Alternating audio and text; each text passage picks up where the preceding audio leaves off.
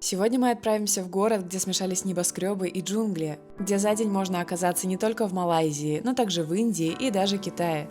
Местная кухня поражает своим разнообразием, а обилие торговых центров создает безграничные возможности для шопинга. Это далеко не полный список причин сюда заглянуть, но чтобы Малайзия вам медом не казалась, мы, как обычно, обсудим и минусы тоже. Сегодня мы с вами смотрим столицу Малайзии, город Куала-Лумпур. Выясняем, чем здесь заняться, куда сходить, что посмотреть и сколько все это стоит. В описании под видео есть подробный таймлайн, и если вас интересует что-то конкретное, жмякайте сразу туда. А меня зовут Ира, это канал Гражданочка Мира, человек за кадром, а иногда и в кадре мой муж Макс. Для продвижения этого видео можно авансиком шлепнуть лайк, и мы начинаем.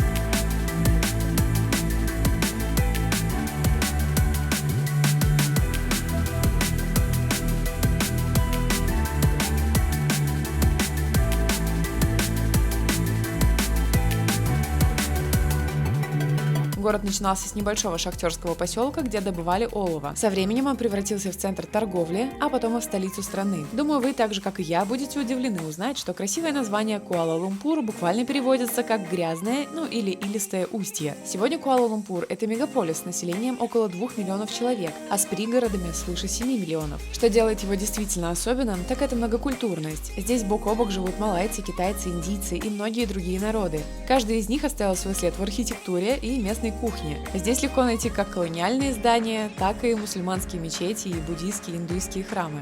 Товарищи, первое и, возможно, самое главное, с чем знакомятся практически все туристы в Куала-Лумпуре, это центр города, ну и, конечно, легендарные башни Петронас.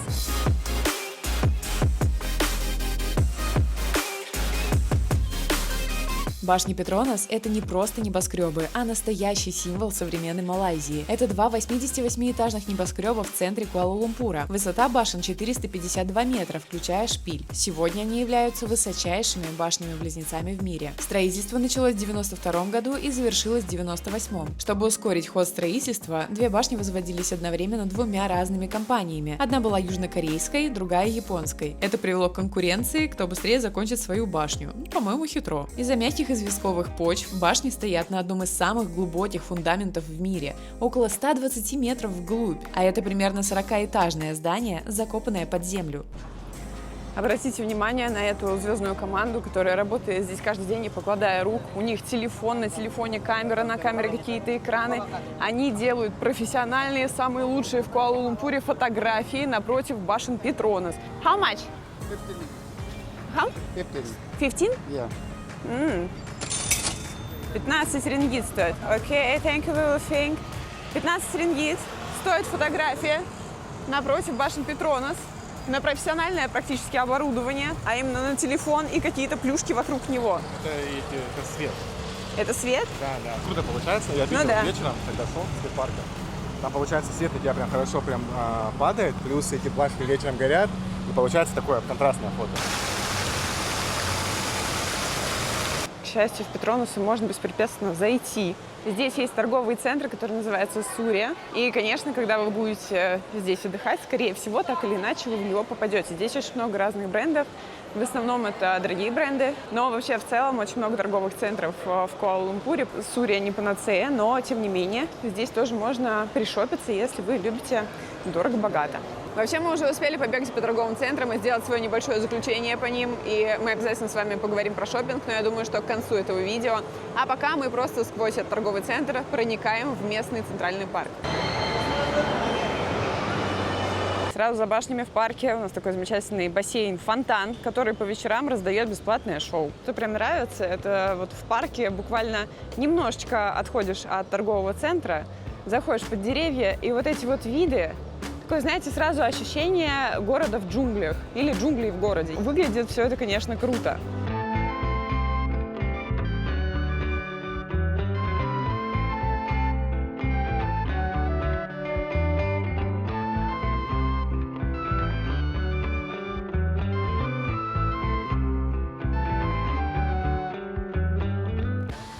Товарища, в центре парка потрясающий фонтан в виде кита.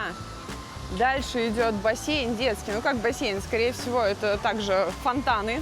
но в них можно плескаться. И все дети плещутся здесь. Нет, не все. Там еще огромная, реально огромная детская площадка. Вижу восторг в лицах этих детей. В центре города, в фонтане. Ну, я думаю, вы помните по детству, как это классно. Учитывая жаркий климат местный, здесь все время около 30, а то и побольше. Это вообще очень крутое решение. Ну и здоровенная, реально огромная детская площадка. Тут даже отдельная есть душевая для мужчин, раздевалки для мужчин и, соответственно, то же самое для женщин, туалеты и раздевалки. Супер! Я нахвалила огромную детскую площадку, а тут большая часть закрыта. Не знаю, может быть, на реконструкцию. Но около бассейнов все еще функционирующая часть есть. Вообще центр города здесь плотно застроен небоскребами, и прогуляться по этим каменным джунглям действительно интересно, хотя бы просто потому, что картинка сильно отличается от привычных нам видов. Но так как трава в саду Малайзии должна быть определенно зеленее, чем у соседей, они построили еще пару знаковых зданий помимо близнецов Петронас. Вот, например, башни Минара и Мердека. Они тоже местные суперзвезды, потому мы кратко по ним пройдемся. Минара – это телебашня высотой 421 метр вместе с антенной. Конечно, одна из самых высоких в мире. Работает не только для телерадионужд, но и как смотровая площадка на высоте 276 метров. Ежели вы не малаец, то вход для взрослого обойдется в $16. Кстати, забыла упомянуть, что в Петронасах тоже есть смотровая, но стоит на порядок дороже, чем в телебашне. Но есть еще Мердека 118. Небоскреб достроен в 2023 году, его общая высота почти 679 метров, и это второе по высоте здание в мире после дубайского Бурдж-Халифа. Большая часть здания планируется как офисные помещения, но на верхних этажах расположился отель сети Хаят, открытие которого планируется уже в текущем 2025 году. Смотровую тоже обещают, так что, возможно, вам уже выпадет шанс прикоснуться к этому тяжелому люксу, ну а мы потопали изучать город дальше.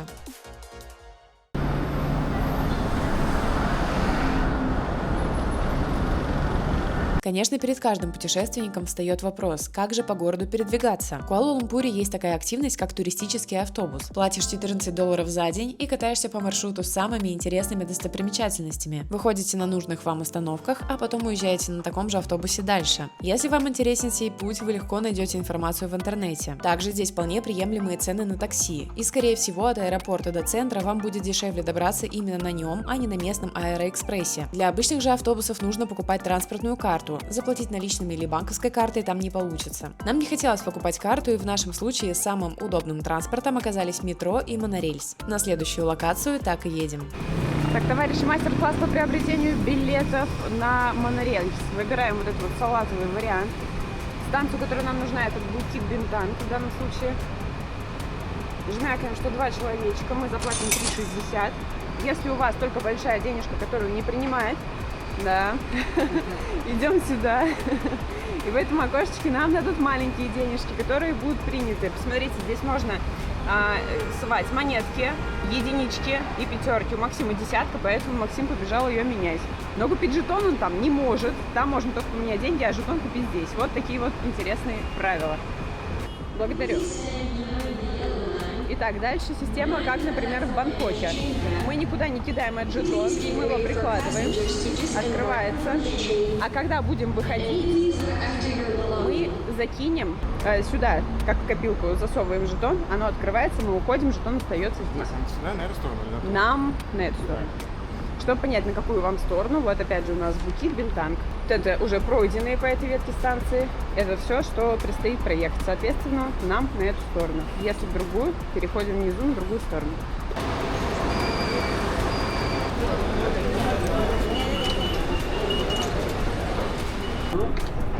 Прикладывайся. Счастье какое. Товарищи, вот что кайф в метро, отличие от монорельса, что здесь работают кондиционеры, потому что на станциях монорельса кондиционеров нет, а сам монорельс переезжает примерно раз в 10 минут, поэтому там можно так изрядно попотеть, пока стоишь и его ждешь. Товарищи, какое интересное открытие случилось только что. Метро-то беспилотное. Смотрите, можно встать вот так вот в стеклышко и наблюдать туннель, по которому вы едете. Круто, да?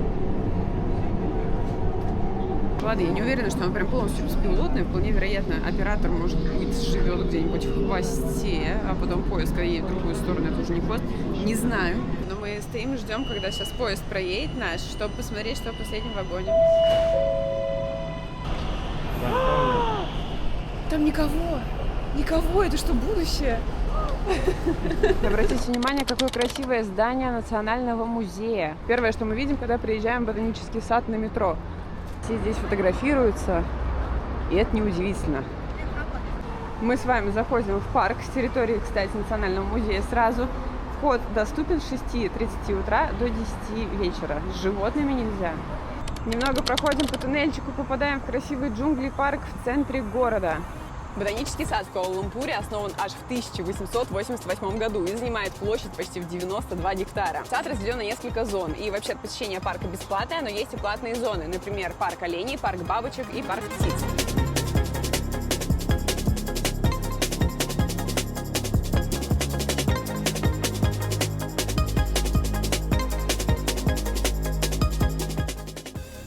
Товарищи, обнаружен парк оленей.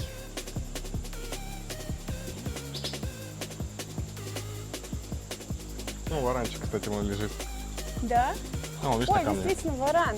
Слушайте, мы тут 5 минут, мы уже увидели столько животных.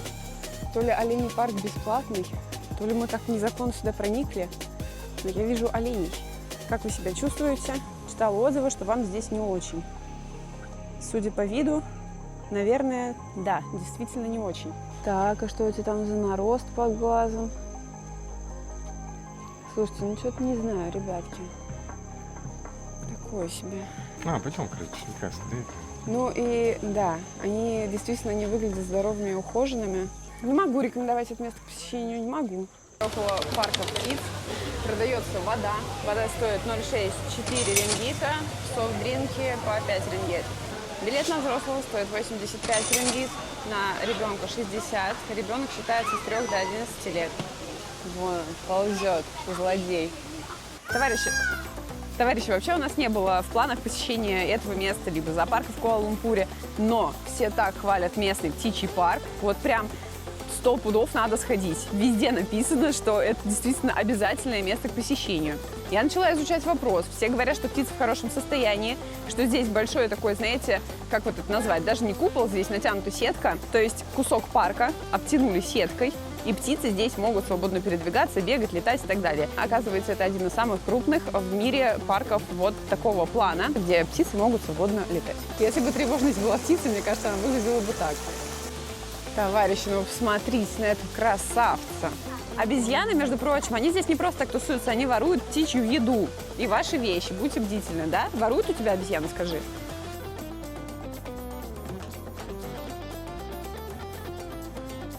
Территория кормления Эмо. Все прям бесплатно, можно покормить. Прикольно. Что это за аттракцион неслыханной щедрости такой? Держи. Аккуратно как-то, ребята. Давай. Они так громко дышат, еще как будто рычат, как львы, как набросят на эту траву и на меня.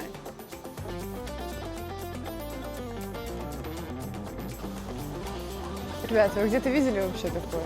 Что вот так вот близко к этим красивым птицам подходили, и они от вас даже не убегали. Это здорово, конечно, здорово. Да, это твои ребята там мяукают.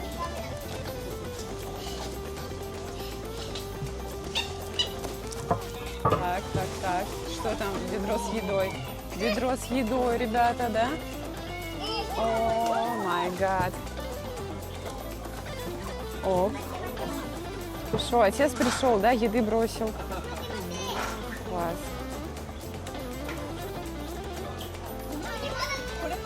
Что вот я прям вот так вот пойду, и вы не убежите? Ты что, чешешь ему шейку?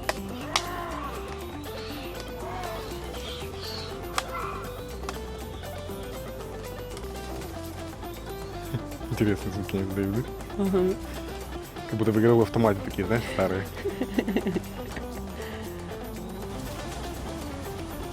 Здравствуйте.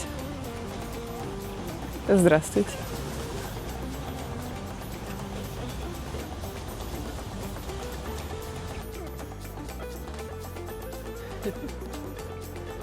А еще мы на этом мостике совсем вдвоем. В воскресенье днем. Ну, короче, товарищ, фотография с пеликаном отбила полностью наши билеты, я считаю. И это просто потрясающе. Когда ты стоишь вплотную к пеликану, он такой, ну ладно, фоткайся со мной. Супер, я в восторге. А на выходе можно приобрести кого-нибудь из местных жителей себе в подарок. Вот в таком замечательном виде. Смотрите, какие хорошие. Сколько стоит? 76 рингит. 65. Жар птицы на ключи себе можно за 25 рингит купить.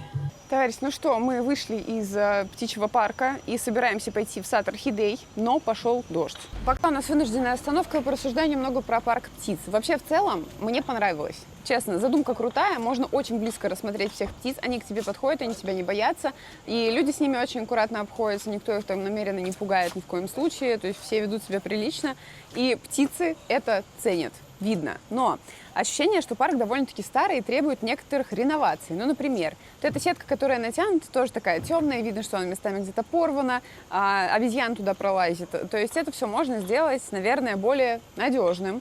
Во-вторых, очень маленькие загоны у некоторых птиц, например, там были хищники, у которых там вообще была такая небольшая палатка, ну, опять же, обтянутая сеткой. Как будто бы это все было сделано довольно-таки давно и требует прям действительно таких хороших вложений и реноваций. Но как-то вот мы не заметили, что там велись какие-то суперстроительные работы. Не знаю. Вообще, в целом, больше да, чем нет. Идем мы через парк птиц только по ту сторону сети. И вот посмотрите, какие дыры огромные в сетях. Это вот как раз то, о чем я говорила, что здесь требуется хороший такой ремонт. Друзья, мы решили не ждать окончания дождя, потому что он какой-то ни туда, ни сюда, и уже заходим в парк Орхидей. Всякая красота уже на входе. Блин, территории очень облагороженные, красивые. Везде все чисто, аккуратно, конечно, не подкопаться. Молодцы.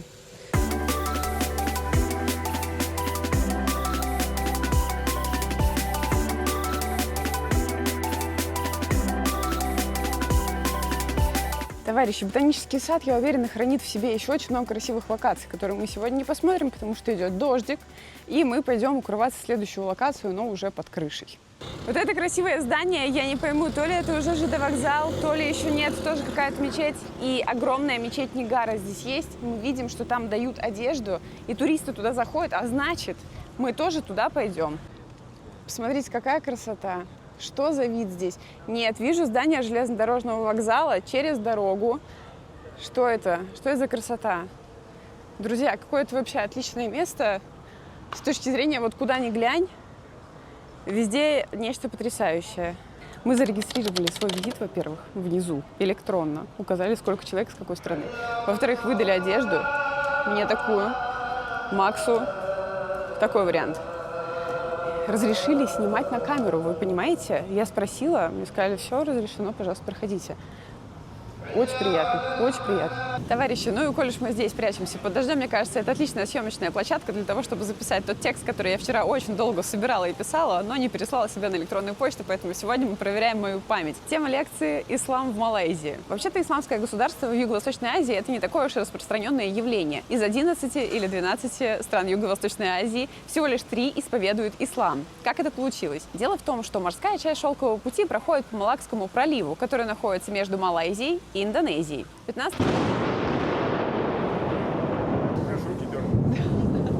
В 15 веке малакский правитель принял ислам, чтобы привлечь в эту часть света восточных торговцев. Сюда действительно потянулись арабы, которые начали не только оставаться, но и заводить семьи. Со временем здесь случился султанат, и уже через 50 лет мусульманская община захватила власть. Ну, то есть устроила госпереворот, убила местного раджу и поставила к власти своего принца. Сей султанат очень быстро набирал силы, и его влияние распространилось на Бруней и Индонезию. Таким образом, в Юго-Восточной Азии по сей день 3 мусульманских страны – Бруней, Индонезия и Малайзия. На данный момент Малайзия является светским государством и разрешается исповедовать абсолютно любую религию, но 65% местных жителей исповедуют ислам.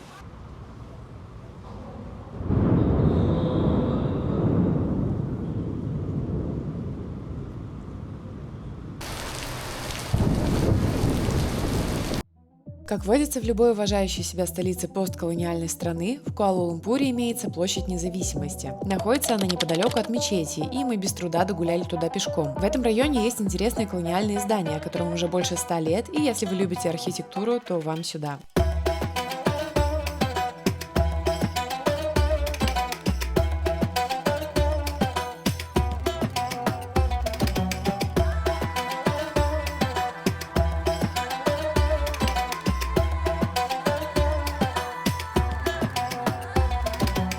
Товарищи, ну и коль уж мы добрались до площади Независимости, мы просто обязаны прогуляться до самой старой в Куала-Лумпуре мечети. Это Масджид Джаме, она же мечеть Джамейк, построена в 1909, по-моему, году.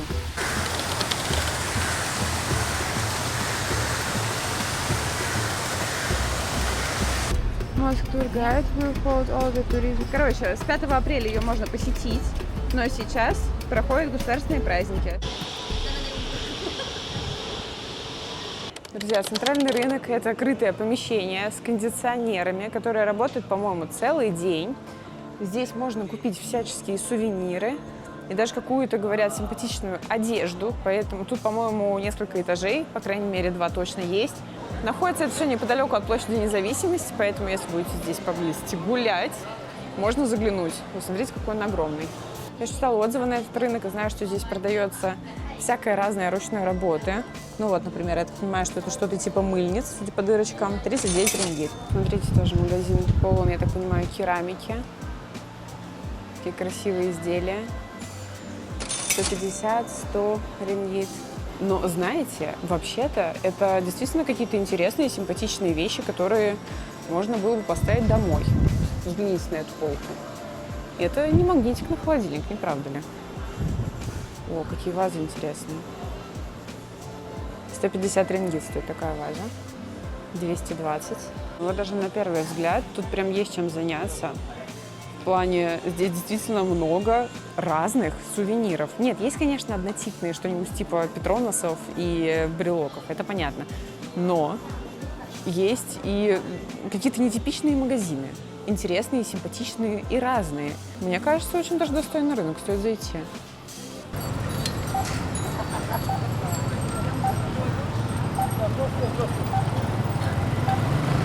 Также неподалеку расположился местный Чайна-таун. Китайцы начали прибывать в Куала-Лумпур в середине 19 века, чтобы работать на оловянных рудниках, и основали здесь первые поселения. Тут быстро случился центр торговли всем китайским, а также возникли чайные дома, опиумные курильни и игорные дома. Современный Чайна-таун сохранил симпатичные домики 20 века, заведения с китайской кухней и большой рынок, который кажется исключительно туристическим аттракционом. В продаже очень много подделок под бренды, цены называют как в фирменном бутике и сами же без боя скидывают их в 3 раза, когда решаешь пройти дальше. Ну а если вы хотите полюбоваться интересными муралами на стенах, то приходить, конечно, лучше пораньше. Расслабляться не стоит, нас предупреждают о карманниках, что нужно быть осторожнее. Милый китайский караоке тоже имеется.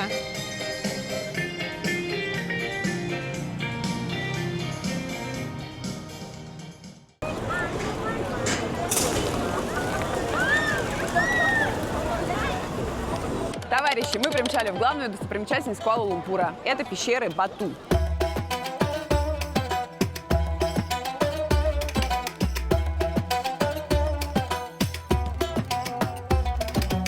Находятся они всего лишь в 13 километрах от центра города. Примчали мы на такси за 22 рингита. В конце 19 века местная индийская комьюнити облюбовала главную пещеру, так как ее вход напоминает копье, символ бога Муругана. Вскоре пещеры Бату стали важным центром паломничества последователей индуизма.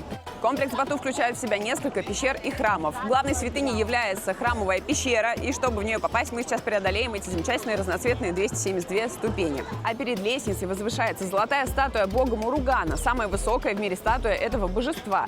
Ее высота составляет почти 43 метра, и установили статую в 2006 году. Вход в главную пещеру бесплатный, остальные 3 платные, и читала много рекомендаций сперва посетить главную пещеру, а уже потом решать, идти ли в остальные. По индуистским обычаям в храмовые комплексы нужно заходить с закрытыми коленями и плечами, если мне не изменяет память. Ну, в общем-то, если посмотреть на девушек, в основном все в закрытой одежде. Я читала, что и в шортах пускают, но все-таки это, конечно, может быть расценено как такое некое неуважение к религии. Поэтому я всегда в храмовые комплексы гоняю со своими штанами. Просто натягиваю их поверх шорт.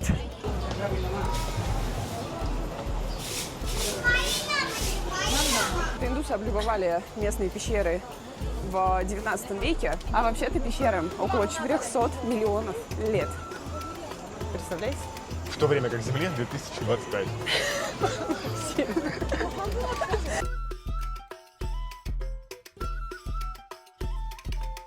Товарищи, но подниматься довольно быстро, хотя душно.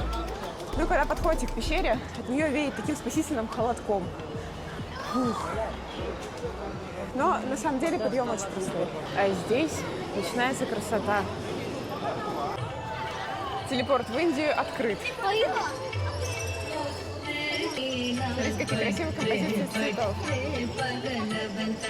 Сувенирная продукция продается. Вот что это, наклейка, нашивка. 12 рингит. Ничего себе. Освещенная пещера. Все можно разглядеть. Ну и идем, собственно, дальше. Еще одна лестница есть. Петух. Вот. Почему бы нет? Тикет-каунтер. А, это заход. Куда это тикет-каунтер? В Main Temple, в главный храм, нужно заплатить за вход, что правда. Нет, ну ладно, нам, в общем, туда и не надо.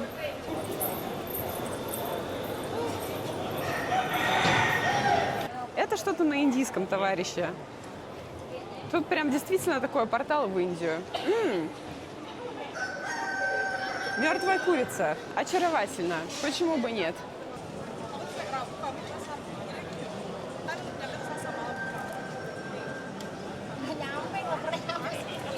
Но это второй зал, и я чуть не пойму, он что, последний? Может быть, ну пожалуйста, пусть будет что-то еще. Слушайте, нет прохода, это что, все? Что, серьезно? Мы проделали такой путь. Ребята, он пытается курицу разбудить. Курицу пытаются разбудить. Серьезно, хлопают. Какой ужас. Посмотрите, пожалуйста. С сухой головой человек приехал. Действительно, полностью я мокрая. Это просто потому, что душно. Нормальная ситуация. Пока что достопримечательность кажется мне спорной. Ну, с точки зрения, я не последователь индуизма, и с религиозной точки зрения мне здесь делать нечего.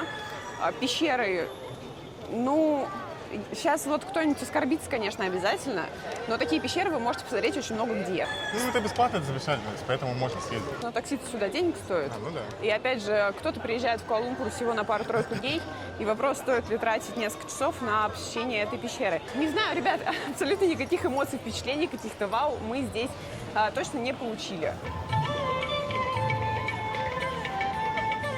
Товарищи, мы когда сюда собирались, я читала отзывы про то, что здесь ужасно грязно, воняет чем-то.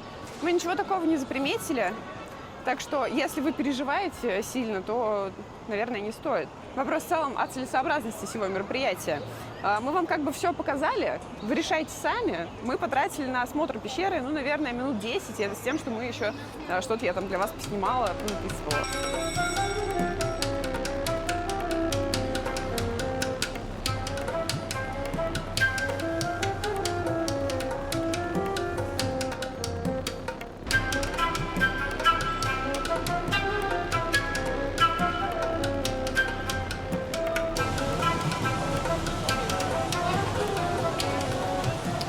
Товарищи, вы посмотрите, какая красота. Мне кажется, я даже в Индии таких красивых не видела.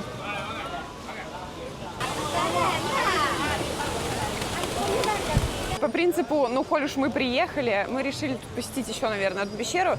Вход всего лишь 5 рингит. Тут на входе можно купить павлиний корм.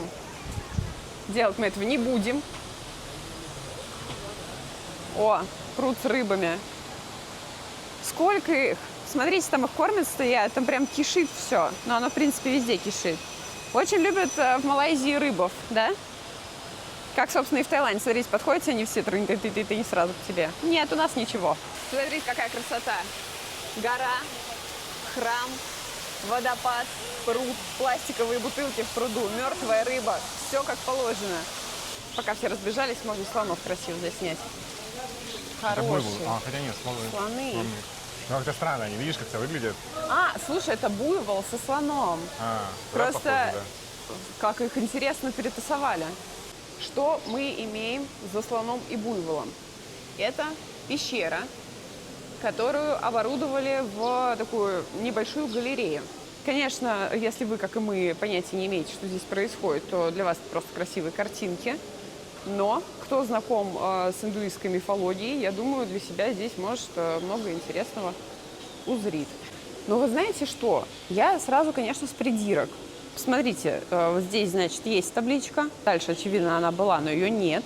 Как, собственно, и здесь. Хотя теоретически некий текст должен быть. Ну вот почему бы не обновить? В следующем зале идут уже не фрески, а скульптуры. Так, а это что такое? Пещера рептилий. Она включена в стоимость, но вообще-то никого нет на входе, так что мы попробуем туда зайти. A few moments later. Товарищи, ладно, я надеюсь, вы простите мне тот факт, что я сейчас не буду приукрашивать действительность и расскажу все как есть. Вот этот вот террариум там нельзя снимать. И это очень странное место, где все очень плохо организовано. Во-первых, половина аквариумов пустые, там довольно-таки темно, сверху висят какая-то якобы цветочки, трава, которые постоянно вам волочат по голове, но это все мелочи, потому что то есть косяки покрупнее. Во-первых, все животные не подписаны, точнее так, ни одно животное не подписано, вы не знаете, кто это. Есть какая-то черепаха-альбинос в непонятном аквариуме, я ее чуть-чуть поснимала, вот вам. А рядом есть бассейн с двумя, видимо, мертвыми черепахами, потому что они вообще не шевелятся, на них кидают деньги, на них монетки лежат. Но это выглядит как черепахи, как настоящие. То есть это все очень странно. Идти в эту платную пещеру стоило только для того, чтобы показать ее вам, чтобы, возможно, вы в нее не пошли. Но оказалось, что наше путешествие не окончено. Во-первых, тут через 7 минут будет какое-то, прости господи, шоу. Во-вторых, можно пройти дальше. Тут есть попугаи, там еще какие-то курицы. И еще один вход в пещеру. Ну, давайте. Опять же, коль мы уже тут. Здесь много всякой скульптуры, расписные стены. Ну, это тоже все про индуистскую мифологию. Я так понимаю, тут просто у каждого бога есть свой некий алтарь. Ой, слушайте, ну тут прям действительно очень много кого есть, кого я даже никогда не видела, мне кажется, раньше в других храмах. Может быть, просто не обращала внимания. Так, у нас здесь некий, что это, как зоопарк, да? Кролик, которому, очевидно, не очень хорошо здесь живется. Друг, что-то у тебя и глаза нет, и ухо разорвано. В общем, прекрасно. Ну, гуси выглядят прекрасно. Мне кажется, я знаю, кто обидел кролика. Так, а где крылья у гуся? Почему все животные в таком плачевном состоянии? Я не понимаю. Пу-пу-пу. Так, ну этот павлин уже вообще полудохлый какой-то. Что происходит? Почему? Почему все так не очень? Не сезон у павлинов, их здесь много. Какие-то пообщипанные. Короче, блин, все, мы пошли, на это невозможно смотреть. Это ужасно. Кролики как будто больные какие-то, да? Че? Кролики как будто больные. Да у кролика глаза нет. И ухо разодрано. Тогда о чем вообще речь? Ужас. О, обезьяна. Наконец-то. Ой, несколько. Но это не те красивые, это обычные. Ну, конечно, они тоже красивые. Что ж там? Ну.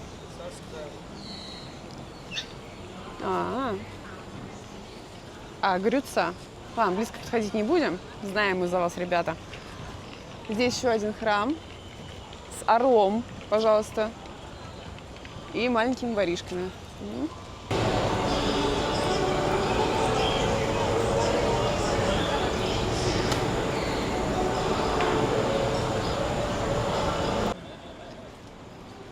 Товарищи, еще одна большая красивая статуя. По-моему, это бог Хануман, но я могу ошибаться. В общем, это отличное место, чтобы погулять по красивым индуистским храмам, потому что храмы действительно интересные, яркие, расписные, да еще и в горах. Но, наверное, они меня впечатлили даже больше, чем сами пещеры. Так, ну что, мы вызываем такси, но вам я обязана рассказать, что здесь есть еще одна пещера, которая может быть вам интересна. По-моему, она длиной около 2 километров, называется Темная пещера. В нее можно войти только с гидом. Я не подскажу стоимость, я где-то читала про 35 рингит, но, возможно, это не актуальная информация. В общем, там можно посмотреть всяческих пещерных жителей. Там обитают какие-то пауки, обитают летучие мыши. И там, знаете, такой проход по пещере, который скорее можно назвать экстремальным, нежели просто прогулочным. Если вас интересует такой вид отдыха, обязательно почитайте про эту пещеру и, возможно, посетите ее в рамках своей поездки на Бату. Пока мы ждем такси, я вас ознакомлю с другой стороной этого места. Значит, около, я думаю, это Хануман. Около этой замечательной зеленой статуи индийского божества есть остановка общественного транспорта. Но я не знаю, насколько здесь останавливаются автобусы, но здесь все в машинах. И выход на электричку. Здесь все в мусоре. Мы вообще не понимаем, почему. Ведь по ту сторону куча мусорных баков. Почему бы их не поставить и здесь тоже? Возможно, про вот эту вот грязищую мусор пишут в отзывах. Не уверена я. Но, тем не менее, имейте в виду, что оно здесь имеется. Но при этом здесь точка, откуда вы можете удобно уехать на такси, потому что они вот так вот все проезжают. И, собственно, на выезде вас подхватывают. Товарищи, мы приехали в Путраджаю, будем ее сегодня исследовать, и начинаем с ботанического сада. Пояснительная бригада на месте. Путраджая – это небольшой город, который расположен между Куала-Лумпуром и аэропортом. Является административной столицей Малайзии. Город весьма молодой, построен, чтобы перенести администрацию из перенаселенной столицы. Построена Путраджая вокруг искусственного озера и имеет ряд симпатичных достопримечательностей, на которые мы и приехали поглазеть. В отличие от Куала-Лумпура, здесь тишина и покой. Возвращаемся в местный ботанический сад. На автомобильной парковке нас встречают банда разбойников, вон они под машинами сидят, они тут бегают, расхищают мусорные баки, разбрасывают все это здесь, дерутся, пищат, визжат, ну и всячески дебоширят. Походу, 2 группировки встретились. Залазят в машины, в мусоре копошатся, в общем, активничают. Сколько черепах, очень много черепах.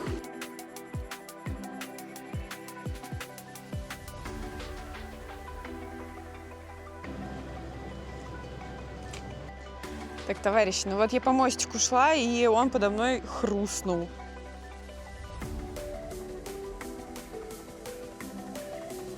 Друзья, мне кажется, я поняла, как правильно гулять по Путраджае. Нужно найти какое-то место, где сдают в аренду велики. Потому что здесь большие расстояния, и мне кажется, их было бы очень круто преодолевать именно на велосипеде. Плюс не нужно было бы столько времени проводить под солнцем. Тот случай, когда мы уже почти добежали до розовой мечети и вида на мост, этой самой какой-то, мне кажется, концентрированной красивой точки, но нас прям догоняет молнии и гром, и ветер, все это, листья падать начинают вокруг. Опасно, капец.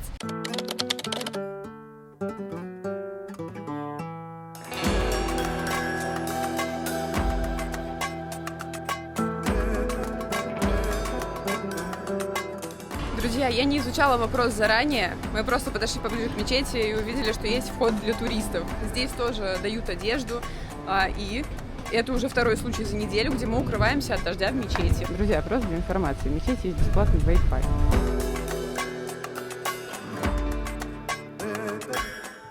И внутрь тоже туристам можно зайти.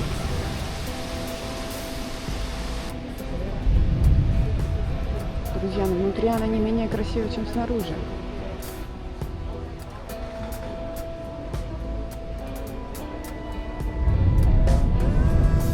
Также здесь нас учат, как фотографироваться в мечети. Вот так нельзя, так можно.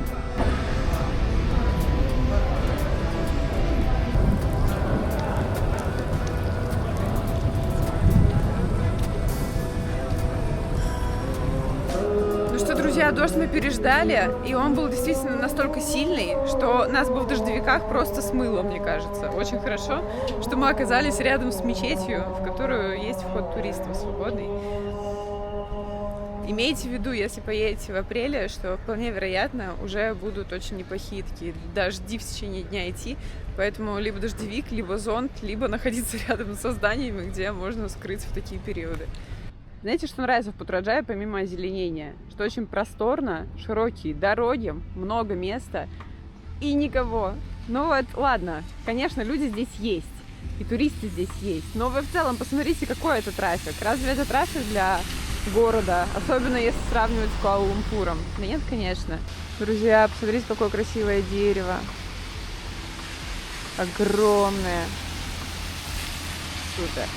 Зашли быстренько перекусить, попался Бургер Кинг по дороге. Смотрите, комбо из 2 бургеров, 2 картошки, 2 мороженки и 2 напитка стоит всего лишь почти 30 местных рингит.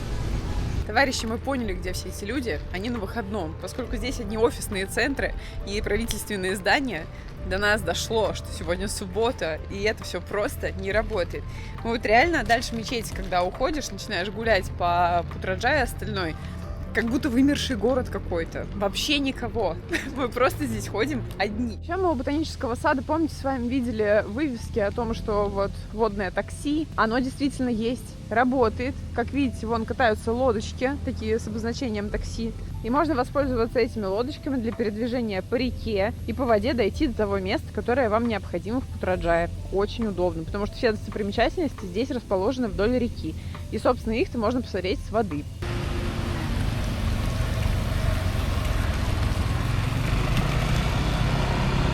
Что до шопинга, то тут Куала-Лумпуру нет равных. В городе полно торговых центров, и давайте кратко по ним пробежимся. Сурию уже показывала, там в основном премиальные. Находится в Петронасах. Из магазинов для простых смертных имеются Zara и Uniqlo. Через дорогу в соседнем торговом центре имеется большой H&M. В самом активном и тусовочном районе, Букит-Бинтанье, находится огромный торговый центр Павильон. Здесь тоже много роскоши и богатства, но за счет огромной площади место нашлось также и для Пулумбира, Zara и Конверса. Вообще у этих торговых центров есть сайты со списком всех магазинов, и от одного центра до другого можно догулять пешком. Если выбирать между Сурией и Павильоном, я бы пошла во второй. Кстати, вокруг него также имеются менее популярные торговые центры, где найдутся все те же Uniqlo и H&M. Еще стоит отметить, что во всех ТЦ есть разнообразные кафе, а еда стоит адекватных денег. Еще рядом с Павильон есть целый торговый центр электроники в несколько этажей. Это Low Yard Plaza. Домашнюю технику мы там особо не видели, но компьютеров, камер и аксессуаров для них было полно. Еще в городе нам понравился торговый центр Exchange TRX. Тут есть оригинальный магазин Apple, например, чего не сказать о предыдущих 3 центрах. Кстати, при покупке техники учтите, что в комплекте идут блоки зарядок для британских розеток, и дома вам понадобится переходник. Так вот, в TRX на крыше целый парк с красивым видом на город, да и сам ТЦ довольно новый и красивый внутри. Остальные ТЦ нам не понравились и показались бесполезными для туриста, но это субъективно. Также тут имеется 2 аутлета. Один из них находится у аэропорта, и его удобно посетить перед вылетом или по прилете. Мы же ездили в Genting Highlands.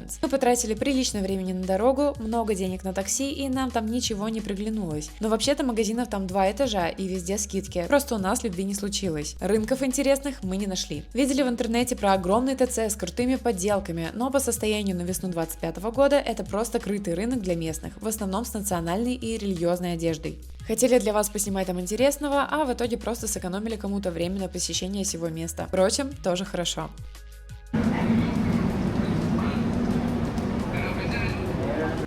Друзья, мы с вами пришли поглазеть на цены на рынке Чоукит. Рыба 8,9 рингит за килограмм. Маленькая такая, кстати. Это интересно. Вот это похоже на маленького тунчика, между прочим. Но и не на совсем какого-то свежего. Так, рыба, ну она вся по 8, 12.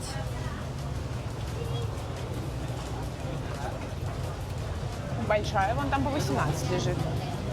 Креветки 24 маленькие, 28 побольше. 12 крошечные кальмарчики. 30 рингит, это же вообще недорого. И неплохие креветки, они, конечно, маленькие. Такая рыба по 14, красивая. Medium. Максиму дали тазик, чтобы он сложил туда курицу. Он рукой это сделал, и ему дали тазик с водичкой, чтобы он руку сполоснул. Ну и, соответственно, спрашивают, как нам нарезать. Сколько вышло, я не говорю? 19. Я вышло чуть больше килограмма. 19 рингит. Очень много с их стороны. Они пишут, что 2 рингита полкилограмма, 4 рингита килограмм. И так везде. 17,34 для тех, кто плохо делит на 2. Реально заметили, что здесь это супер популярная тема, анчоусы. Они их и добавляют в местные блюда и продают вообще везде, разных размерах, по разной цене. Товарищи, неподалеку от нашего дома, ну и, собственно, от рынка Чоукит, есть супермаркет, который мы тут облюбовали. Он называется НСК. В нем невысокие цены, несмотря на то, что это центр города. А пока мы в него дойдем, я расскажу вам про нашу тоже находку обнаружения. Вот магазин Sport Planet. Я вам сейчас название торгового центра выведу на экран.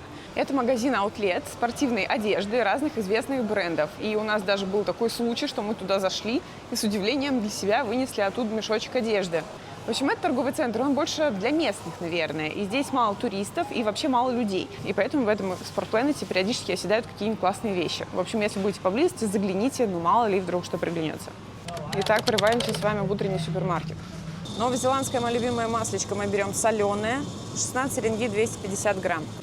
Товарищи, обратите внимание, какой огромный отдел с овощами и фруктами.